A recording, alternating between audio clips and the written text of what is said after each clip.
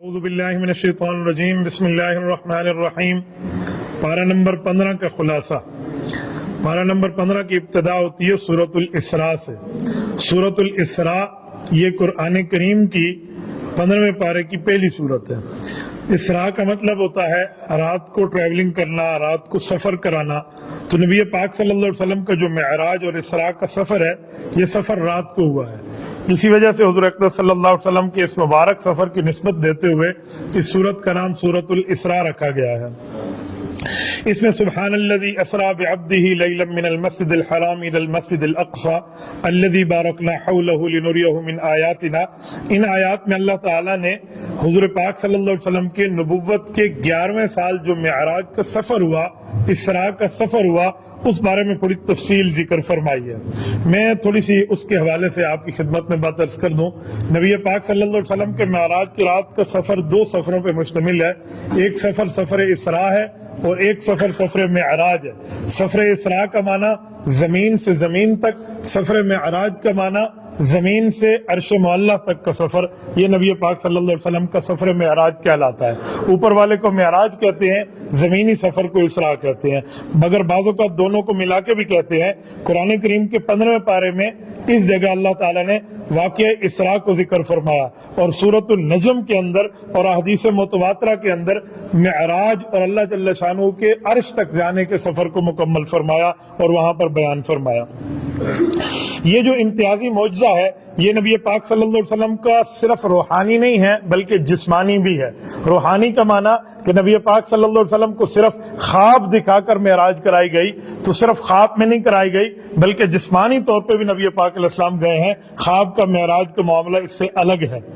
نبی پاک علیہ السلام نے رب کریم سے ہم کلامی بھی کی ہے، امت پر 5 نمازیں بھی فرض ہوئی ہیں، اور واپسی پر حضور پاک صلی اللہ علیہ وسلم کو 3 چیزوں کے تحفے ملے ہیں۔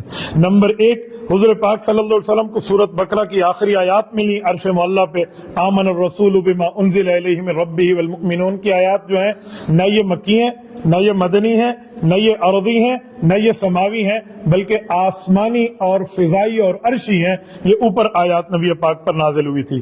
دوسرے نمبر پہ نبی پاک صلی اللہ علیہ وسلم کو تسلی دی گئی کہ اگر آپ کا کوئی امتی جتنا گناہگار کیوں نہ ہو، اگر اس نے شرک نہیں کیا تو ایک وقت آئے گا اللہ تعالیٰ اس کو جہنم سے نکال کے جنت بھیج دیں گے۔ ہاں، جس نے شرک کیا اور شرک پر مر گیا، اس کی بخشش نہیں ہے۔ جس نے شرک کی معافی مانگ لی، اس کے لیے بخشش ضرور ہے۔ اور تیسرے نمبر پہ نبی پاک صلی اللہ علیہ وسلم کو 5 نمازوں کا تحفہ ملا ہے، جس کے پڑھنے پر 50 نمازوں کا ثواب بندے کو مل جاتا ہے۔ اس کے آگے وَقَصَيْنَا إِلَىٰ بَنِي اسرائیل کی آیت میں حضرت نبی پاک صلی اللہ علیہ وسلم کو بنی اسرائیل کے فساد کے بارے میں، سرکشی کے بارے میں بتایا گیا۔ بنی اسرائیل کی سرکشی تھی، تو بنی اسرائیل کی سرکشی پر 2 مرتبہ رب کریم نے ان کو عذاب دیا ہے۔ ایک مرتبہ عراق کا بادشاہ بخت نصر آیا، اور ایک مرتبہ روم کا بادشاہ تیلوس آیا تھا، اور ان دونوں نے آ کے ان کو تباہ و برباد کیا۔ وہ پورا کا پورا واقعہ وہیں ذکر فرمایا کہ بنی اسرائیل کو اللہ کی نافرمانی کی سزا مل گئی تھی۔ بخت نصر نے تو باقاعدہ ان کے ہزاروں آدمیوں کو مارا تھا، اور زندہ بچ جانے والے بھی ہزاروں تھے۔ انہیں قیدی بنا کے اپنے ساتھ بابل اور عراق لے گیا تھا۔ 70 سال تک ان لوگوں نے ذلت اور غلامی کی زندگی گزاری تھی۔ ایک بات یہ ارشاد فرمائی۔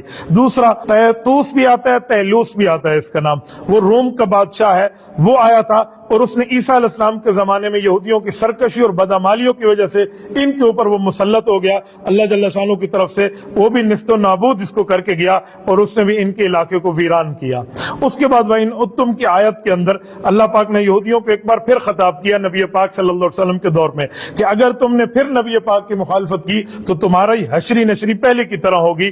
تو یہودی اپنے کرتوت سے پھر بھی باز نہ آئے۔ پھر ان کے ساتھ معاملہ کیا ہوا؟ ان لوگوں کو پہلے مدینہ کے بنو قینقاع اور بنو خزرج اس جگہ سے نکالا گیا، یہ خیبر جا کے بسے، پھر خیبر سے نکالا گیا، پھر حضرت عمر رضی اللہ عنہ کے دور میں تو ان کو جزیرۃ العرب سے نکال دیا گیا تھا کہ اخرج الیہود من جزیرۃ العرب۔ یہ ان کے اوپر یہ تیسرا عذاب ہے جس کو آیات اور حدیث پہ بیان فرمایا گیا۔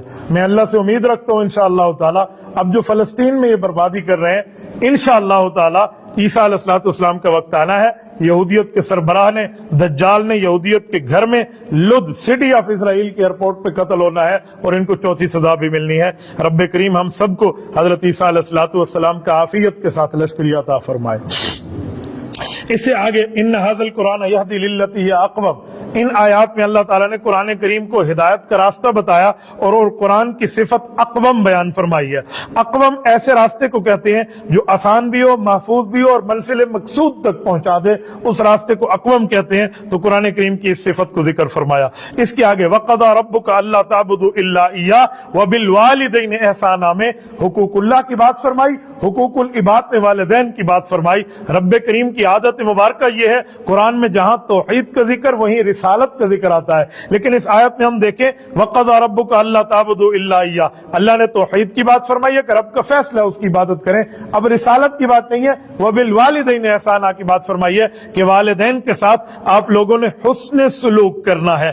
احسانہ صرف حقوق ادا نہیں کرنے، ان کے ساتھ احسان کا، اچھائی کا، پیار کا، عزت کا، عقیدت کا، محبت کا، یگانگت کا معاملہ آپ نے رکھنا ہے جو اعلیٰ سے اعلیٰ طریقے پر ہو، اور یہ والدین کے حقوق ہیں۔ ان کے سامنے اف تک نہیں کہنا۔ اب اف کے دو مطلب ہیں۔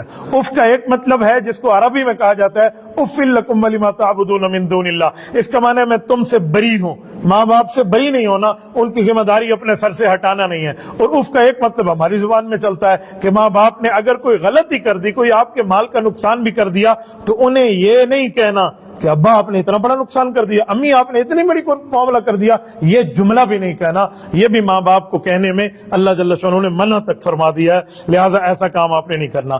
اور پھر اس کے بعد فرمایا کہ اگر ماں باپ تمہیں ڈانٹے تو جواب میں ڈانٹنا بھی نہیں ہے، بلکہ ان کے ساتھ نرمی، بھلے، پیار اور اچھے طریقے سے بات کرنا ہے۔ ماں باپ کے معاملات میں نرمی اور شفقت کے معاملے کو سامنے رکھنا ہے۔ اور پھر اس کے بعد فرمایا والدین کے لیے اپنے بازوؤں کو بچھا کے رکھنا ہے۔ بازوؤں کو بچھا کے کیا مطلب؟ پروں کو بچھانے کا مطلب یہ ہے وَاخْفِضْ لَهُمَا جَنَاحَ الذُّلِّ مِنَ الرَّحْمَةِ، پرندہ اڑتا ہے تو اپنے پروں کے سہارے اڑتا ہے نا، تو فرمایا اپنی طاقت اپنے ماں باپ کو نہ دکھانا، اپنی طاقت کی بلبوتے پہ ماں باپ کے سامنے یہ نہ کرنا میں نے یوں کر دینا ہے، یوں کر دینا ہے۔ یہ 30 31 32 مار خان ماں باپ کے سامنے بننا نہیں چاہیے۔ اس کے ساتھ پھر اللہ نے فرمایا صرف یہیں پہ کمی نہیں ہے، ان کو جی جی کرتے رہنا ہے اور ان کے لیے مجھ سے دعا کرنی ہے، اللہ میرے ابا اور میری اماں پر رحمت فرما، یہ بچپن میں مجھے بڑے پیار سے پالا کرتے تھے، کما ربیانی صغیرہ۔ یہاں میں ایک جملہ کہتا ہوں، ہمارے اکابر کہتے ہیں کہ بڑھاپے میں ماں باپ کو بادشاہ بنا کے رکھو، کیونکہ تمہارے بچپنے میں ان لوگوں نے تمہیں شہزادوں کی طرح پالا ہے۔ اس کے آگے وَلَا تَقْتُلُوا أَوْلَادَكُمْ خَشْيَةَ إِمْلَاقٍ، یہاں اللہ تعالیٰ نے اوامر اور نواہی کو بیان فرمایا۔ اوامر کہتے ہیں اللہ کے آرڈر کو، اور نواہی کہتے ہیں اللہ کی طرف سے پابندی اور بین شدہ چیزوں کو۔ جو اللہ حکم فرما دے وہ امر ہے، جو منع فرما دے وہ نہیں ہے۔ ان آیات میں اللہ تعالیٰ نے ان چیزوں کا ذکر فرمایا ہے۔ اگر میں یہاں پر آپ کے سامنے گن کے رکھوں تو 8 قسم کے نواہی ہیں، 3 قسم کے اوامر ہیں۔ 8 چیزوں سے منع کیا گیا ہے اور 3 چیزوں کو حکم دیا گیا ہے۔ وَلَا تَقْتُلُوا أَوْلَادَكُمْ کی پوری آیت کے اندر میں سارے گن کے آپ کے سامنے رکھ دیتا ہوں۔ سب سے پہلے طور پہ جو اللہ تعالیٰ نے منع فرمایا، فرمایا اپنی اولاد کو بھوک کے خوف سے قتل نہ کرو۔ نمبر 2 زنا کے قریب نہ جاؤ۔ نمبر 3 کسی جان کو قتل نہ کرو جس کو اللہ نے حرام قرار دیا ہے۔ ہاں یہ ہے کہ اس کے اوپر حق موجود ہو تو حکومت وقت کے ساتھ میں اس کو قتل کر سکتی ہے۔ اور نمبر 4 آپ لوگ کسی سے قصاص لیں، بدلہ لیں تو اس بدلے میں اپنے حد سے تجاوز نہیں کرو۔ نمبر 5 یتیم کے مال کے بالکل آپ لوگوں نے قریب نہیں جانا۔ اور پھر نمبر 6 جس چیز کا آپ کو یقین نہ ہو اس کے پیچھے نہ پڑو، یعنی اسے سچ سمجھ کے اس کے پیچھے پڑ جاؤ، ایسا نہ کرو۔ اور اس کے آگے زمین پر اکڑا کے چلنا اللہ تعالیٰ نے منع فرما دیا کہ یوں نہ چلو۔ اور 8ویں نمبر پہ فرمایا اللہ کے ساتھ کسی اور کو شریک نہ کرو، اللہ کے ساتھ کسی اور کو معبود نہ بناؤ۔ اور جو 3 قسم کے اوامر ہیں، پہلا حکم فرمایا کہ وعدہ کرو تو پورا کرو، دوسرا حکم فرمایا کہ جب کسی چیز کو پیمانے سے ناپ تول کے معاملات کرو تو بالکل پورا کرو، اس کو ادھورے معاملے میں نہ رکھو، اور تیسرا فرمایا تولنے کے لیے درست ترازو استعمال کرو، 2 نمبری کے ترازو استعمال نہ کرو۔ اس کے آگے جائیں تو رب کریم نے بعث بعد الموت، موت کے بعد کی زندگی کو بیان فرمایا ہے۔ یہ وقالوا اذا كنا عظاما نخرا کی آیت کو جیسے آخری پارے میں آتے تو یہاں بھی یہی کہتے تھے، یہ کہتے تھے وقالوا اذا كنا عظاما، جب ہم ہڈیاں ہو جائیں گی پھر ہم زندہ ہوں گے۔ تو کافروں کے لیے ایک عجیب بات تھی، مکہ کے لوگوں کے لیے، کہ ہڈی ہڈی ہو جانا ہے، مر جانا ہے، کھپ جانا ہے، اس کے بعد جا کر ہم دوبارہ زندہ ہوں گے۔ تو وہ یہ اعتراض کرتے تھے۔ تو نبی پاک صلی اللہ علیہ وسلم کو رب کریم نے جواب دیا کہ آپ انہیں فرمائیے تم لوہا بن جاؤ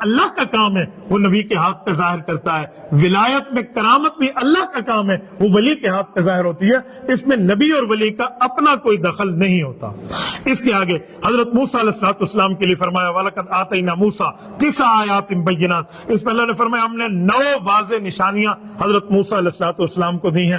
اب 9 واضح نشانیاں کون سی ہیں؟ یہاں سے اللہ تعالیٰ نے 9 واضح نشانیاں گنوا دی ہیں. اس کو آیات میں اگر ہم گنے تو ہمارے سامنے ہے کہ یہ وہ 9 واضح نشانیاں معجزات بھی ہیں یا احکام خداوندی بھی ہو سکتے ہیں. عصا ہے، ید بیضا ہے، زبان میں لکنت تھی تو ختم کر دی، سمندر کے 2 حصے کر دیے، فرعونیوں پر عذاب ڈال دیا، طوفان کا عذاب ڈالا، کپڑوں میں جوئیں مل گئی، مینڈکوں کا عذاب آیا، خون کا عذاب آیا. یہ اللہ تعالیٰ کی طرف سے معجزے ان پر آئے. اور اگر احکام خداوندی ہو تو احکام خداوندی بھی 9 ہو سکتے ہیں. انہی آیات میں شرک نہ کریں، چوری نہ کریں، زنا نہ کریں، ناحق قتل نہ کریں، بے گناہ کے اوپر جھوٹا الزام لا کر قتل یا سزا کے لیے پیش نہ کریں، جادو نہ کریں، سود نہ کھائیں، پاک دامن عورت پہ بدکاری کا الزام نہ لگائیں، اور میدان جہاد سے منہ پھیر کے بھاگ نہ جائیں. یہ حکم دیا. اس کے بعد قُلِ ادْعُوا اللَّهَ أَوِ ادْعُوا الرَّحْمَٰنَ.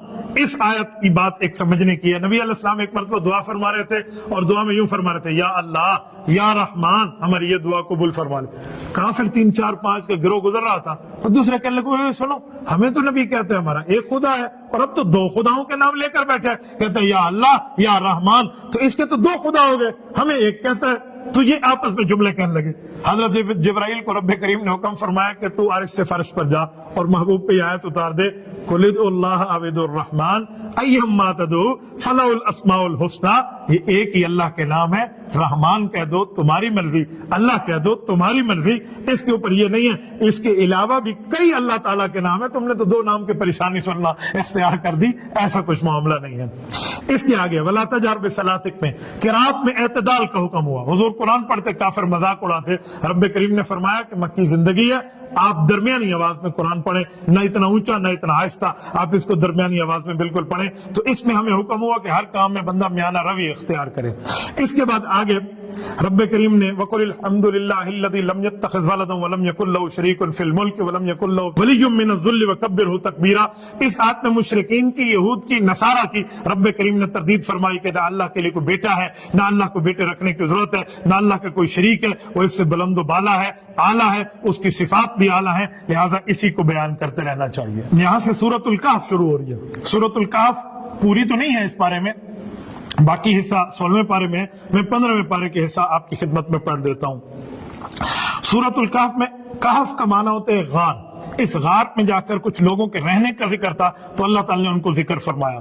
یہودیوں سے پوچھا تھا مشرکین مکہ نے تو ان سے آ کر حضور پاک سے 3 سوال کیے. روح کیا ہے، اصحاب کہف کون ہے، اور ذوالقرنین کون ہے، سکندر ذوالقرنین کے بارے میں بتائیں. یہ 3 سوال آ گئے. حضور پاک علیہ السلام نے فرمایا کل بتاؤں گا. نبی پاک صلی اللہ علیہ وسلم پر پھر کل بتاؤں گا. وہ نہ آئی وحی تو پھر فرمایا میں کل بتاؤں گا. پھر وہی نہ آئی تو پھر وہی آئی. اس کے بعد کچھ دنوں کے بعد فرمایا وَلَا تَقُولَنَّ لِشَيْءٍ إِنِّي فَاعِلٌ ذَلِكَ غَدًا إِلَّا أَن يَشَاءَ اللَّهُ. محبوباً یوں نہ فرمایا کرے کل بتاؤں گا، یوں فرمایا کرے اللہ چاہے گا تو کل بتاؤں گا، انشاءاللہ ساتھ فرما دیں. تو یہ نبی پاک صلی اللہ علیہ وسلم پر پھر رب کریم نے ان کے جوابات نازل فرمائے. اب اصحاب کہف کا کیا ہے یہ آگے آیات میں آ رہے ہیں. میں صرف جھلکی آپ کو سنائے دیتا ہوں. ظالم بادشاہ ہے، کافر بادشاہ ہے، نام اس کا دقیانوس ہے، اور اہل اسلام پہ جو اس زمانے کے تھے ان پہ ظلم و تشدد کرتے ہیں. چند نوجوان اس سے باغی ہو کر ہٹے اور ایک غار میں جا کر پہنچ گئے کہ اس ظالم سے، کہ ظلم سے ہمیں نجات مل جائے گی، ہم یہاں پر آ کر کچھ پلان بنا لیں. تو وہ آ کر سوئے. اچھا سوئے تو سوتے رہ گئے، 309 سال تک سو گئے. اب 309 سال سونے کے بعد یہ بندے اٹھے، ایک دوسرے کو کہنے لگے کچھ ناخن اور بال بڑے ہوئے تھے نا، کتنا عرصہ سوئے؟ تو کسی نے کہا دن یا آدھا دن. اس نے کہا نہیں یار تھوڑا زیادہ سوئے، دیکھو نا بھوک لگی تھی. تو فبعثوا احدکم بورقکم هذه الى المدینہ. ایک بندے کا یار وہ باہر چلا جا، ذرا آرام سے جانا، کوئی تمہیں پہچاننے لے، وہ کھانے پینے کی چیز تو لے آ، کچھ کھا لیں. رب کریم نے معاملہ ظاہر فرمانا تھا. 309 سال کے بعد اس بندے نے قدم باہر نکالا. جب وہ باہر نکلا تو آگے زمانہ بدل گیا، حالات بدل گئے. اس نے جا کے ایک دکاندار کو پیسے پیش کیے کہ یہ فلاں چیز تو دے دے، مثلا کو کیلے مالٹے سیب آم ہے بھائی یہ تو دے دے. اس نے کہا کتنے کے؟ کہا اتنے پیسوں کے. انہوں نے کہا کون سے پیسے؟ وہ سکے بدل گئے تھے، نوٹ تبدیل ہو گئے تھے. تو اس نے کہا کب کے پیسے، کون سے پیسے لائے ہو؟ نکلی ہیں، کھوٹے پیسے کے. تو اس نے کہا کس نے کہا نکلی ہیں بھائی اصلی تو ہے؟ کہا تو پرانے زمانے کے، اس کے اوپر کوئی ڈیٹ لکھی ہوئی تھی۔ انہوں نے کہا تم وہی تو نہیں ہو جو تمہارے پرانے زمانے کے؟ وہ تو ہاں ہو پڑ گئی، بادشاہ تک خبر پہنچی، بادشاہ تو ان کے دربار میں آ گیا، مسلمان بادشاہ تھا، حالات بدل چکے تھے، وہ ان کے انتظار میں تھا۔ تو تفاسیر میں لکھا ہوا، امام قرطبی باقی حضرات نے بھی اس کو لکھا ہے کہ وہ بادشاہ آیا اور اس دروازے پر آیا، یہ لوگ باہر آئے، ان کا ان سے ملاقات ہوئی اور ملاقات کے بعد اندر گئے تو فوت ہو گئے۔ ایک روایت یہ ہے، ایک روایت یہ ہے کہ نہیں یہ بندہ واپس گیا تو اندر گئے وہ فوت ہو گئے۔ بہرحال بادشاہ نے وہاں ان کے لیے عزت بنوائی، وہاں مسجد بنوائی، اس کے اوپر تختی لگائی، تختی کو رقیم کہتے ہیں تو اس لیے صحاب الرقیم بھی انہیں کہا جاتا ہے، یا رقیم ان کے کتے کا نام بھی ہو سکتا ہے کہ ان کے ساتھ ایک کتا بھی گیا تھا تو اس کو رقیم کہتے ہیں۔ مختلف روایات ہیں، یہ اسرائیلی روایات ہیں، اس بارے میں نہ ہمیں اللہ نے قرآن میں تفصیل دی ہے نہ رسول اللہ صلی اللہ علیہ وسلم نے اپنے فرمان میں دی ہے، تو بس اتنی موٹی موٹی سی بات بدنا مان لے جس کو قرآن کریم نے ذکر فرمایا ہے۔ اس میں اللہ تعالیٰ نے ان کے اجسام کی حفاظت فرمائی۔ اللہ تعالیٰ فرماتے ہیں جب سورج آتا تھا تو میں ڈائریکٹ ان کے اوپر روشنی نہیں پڑنے دیتا تھا، یا دائیں ہوتی تھی یا بائیں ہوتی تھی، بس روشنی ادھر سے ادھر ہو کر گزر جاتی، ادھر سے ادھر، اور میرے آسمان سے فرشتے آتے اور آ کر ان کی سائیڈ چینج کرتے تھے۔ نقلبہم ذات الیمین و ذات الشمال، ان کی سائیڈ چینج کر رہے ہیں۔ رب کریم کا معاملہ ہے، اللہ تعالیٰ جیسے چاہے ویسے ہی کرے۔ آگے پھر ان کی پوری ترتیب ہوئی۔ اب اس پر سوال ہے کہ کتنے بندے تھے، ان کی تعداد کتنی تھی؟ قرآن کریم نے کوئی تعداد کے بارے میں واضح طور پہ اسپیسیفک ورڈ نہیں دیا کہ اتنے ہی تھے، اس کے بارے میں مختلف آیات ہیں، کوئی کہتے ہیں 7 تھے، کوئی کہتے ہیں 9 ہیں۔ بہرحال اس کی پوری تفصیل ہے جو موجود ہے، حضرت ابن عباس رضی اللہ عنہما کا قول ملتا ہے، وہ فرماتے ہیں 7 یہ تھے اور 8واں ان کا کتا تھا جس کو رقیم کہا گیا ہے۔ اس کے آگے وَاضْرِبْ لَهُمْ مَثَلًا، اس آیت میں 2 بھائیوں کا ذکر ہے، ایک بھائی کافر ہے، رب کا نافرمان ہے، اور ایک بھائی رب کریم کا فرما بردار ہے، ان کا باغ ہے، دونوں کے باغ بنے ہوئے ہیں، مال و دولت میں دل لگا کے بیٹھ گئے ہیں، اللہ کے راستے میں خرچ کرنا چاہیے یہ نہیں، اس کے اوپر سارے معاملات ہو گئے، تو لہٰذا کیا کریں کیا نہ کریں۔ ایک بھائی نے دوسرے سے کہا اللہ کا شکر ادا کرنے کا، کوئی شکر ادا نہیں کرتا، ساری تو میری محنت کا دخل ہے، اب صبح اٹھا تو ایک کا باغ برباد تھا، ایک کا باغ ٹھیک رہا، اس سے شکر گزاری کی بات سمجھ آتی ہے۔ اس کی اگلی آیات میں البال والبنون زینت الحیات الدنیا میں جو فرمایا کہ جو انسان کی اولاد ہے یا اس کا مال ہے یہ سب کچھ اللہ کا دیا ہوا ہے، لہٰذا ہمیں اس میں دل نہیں لگانا چاہیے، رزاق کے اوپر توجہ رکھنی چاہیے۔ پھر حضرت موسیٰ علیہ السلام اور حضرت خضر کا واقعہ بیان فرمایا، اور یہ واقعہ 15 پارے 16 پارے تک جاتا ہے۔ اس کا پہلا حصہ میں آپ کی خدمت میں عرض کر دیتا ہوں۔ حضرت موسیٰ علیہ السلام نے ایک مرتبہ ان سے سوال ہوا کہ اس دھرتی پہ سب سے بڑا عالم کون ہے؟ تو حضرت موسیٰ علیہ السلام نے فرمایا میں ہوں، اور یہ بات بالکل ٹھیک تھی کہ حضرت موسیٰ علیہ السلام ہی وقت کے نبی ہیں اور اس دھرتی کے اس وقت سب سے بڑے عالم ہیں، لیکن رب کریم نے ایک بات امت کو سمجھا دی حضرت موسیٰ کے ذریعے کہ جب کوئی اس طرح پوچھے تو یوں جواب نہیں دینا چاہیے میں ہوں، بلکہ یوں کہے اللہ تعالیٰ جانتے ہیں۔ تو حضرت موسیٰ علیہ السلام نے ساتھ یہ نہیں فرمایا، تو رب کریم نے پھر اس تشریعی نبی کو، تشریعی نبی کا معنی ہے جس کا تعلق عوام سے ہوتا ہے، اور تکوینی نبی وہ ہوتے ہیں جن کا تعلق اللہ تعالیٰ کے آسمان زمین کے معاملات سے ہوتا ہے، ان کا تعلق عوام سے نہیں ہوتا۔ تو تشریعی نبی حضرت موسیٰ علیہ السلام کو تکوینی نبی کے پاس بھیج دیا گیا کہ جائیں ذرا ان سے بھی علم کی باتیں سمجھیں، حضرت خضر علیہ السلام کے پاس۔ موسیٰ علیہ السلام اپنے شاگرد کو جن کا نام ہے حضرت یوشع بن نون علیہ السلام، بعد میں نبی بنے ہیں، یہ حضرت موسیٰ علیہ السلام کے ایسے ساتھی تھے جیسے حضور پاک علیہ السلام کے حضرت ابو بکر صدیق ہے رضی اللہ عنہ، ان کو ساتھ لے کر یہ وہاں گئے اور وہاں جا کر اس سے ملاقات ہوئی اور ان سے مختلف باتیں ہوئیں۔ پھر یہاں سے آیت نمبر 60 سے لے کر آیت نمبر 82 تک اس پورے قصے کو بیان فرمایا گیا ہے۔ انشاءاللہ تعالی کل 16 پارے میں اس کی تفصیل آپ کی خدمت میں عرض کروں گا۔ جزاکم اللہ تعالی وآخر دعوانا